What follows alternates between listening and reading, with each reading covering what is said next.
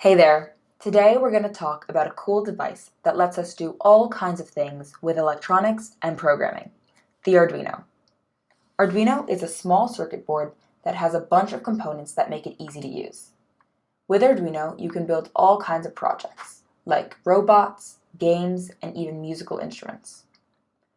Arduino was first created to be a fast and easy tool for students to prototype their ideas even if they didn't have any background in electronics or programming. At the center of Arduino is something called a microcontroller. A microcontroller is a tiny computer that can be programmed to do different tasks. It's like the brains of an electronics device, responding to different input and controlling how it works. The great thing about microcontrollers like Arduino is that they are very versatile. You can program them to do almost anything you can imagine, as long as you have the right skills and equipment. To program an Arduino, you use a special software called the Arduino IDE, Integrated Development Environment. This software lets you write code in a language called C++, which tells the microcontroller what to do. Each C++ program is given to the Arduino and is called a sketch. For example, you might write code that tells an LED to turn on when a button is pressed, or that makes a motor spin at a certain speed. The possibilities are endless. We'll talk more about the Arduino IDE in the next video. In these videos, we're going to build up from making a simple circuit that turns on an LED to reading input from sensors and outputting them to lights and motors. But let's start with the basics. We're going to be focused on the Arduino Uno R3 board, as shown here. Let's start by learning the purpose of each of the parts on the board. First, we have the USB connector. This is how we can connect our board to our computer. It helps us load code to the board and also can provide power. We also have a power port. This port also allows us to provide power to the board. Next, we have the microcontroller that we were just talking about. Again, it acts as the brains of the board.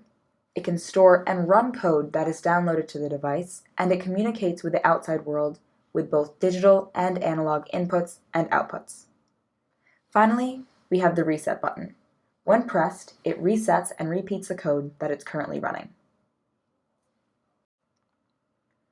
Finally, let's talk about the pins on the Arduino board. We have two types of pins that can be used as both input and output: the digital pins and the analog pins.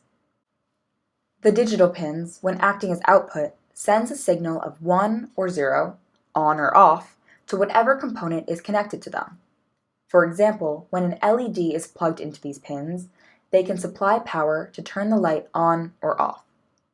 When acting as input, these digital pins can also read the state of a sensor, like a switch, to see if it is on or off.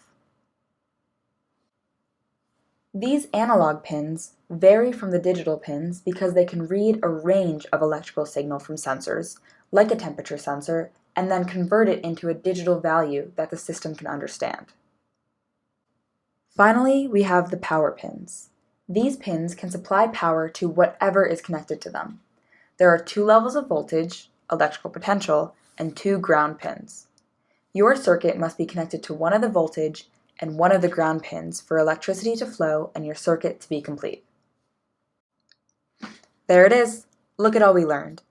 Next video, we'll learn more about the code and how to download the code onto the board. Thanks so much for watching.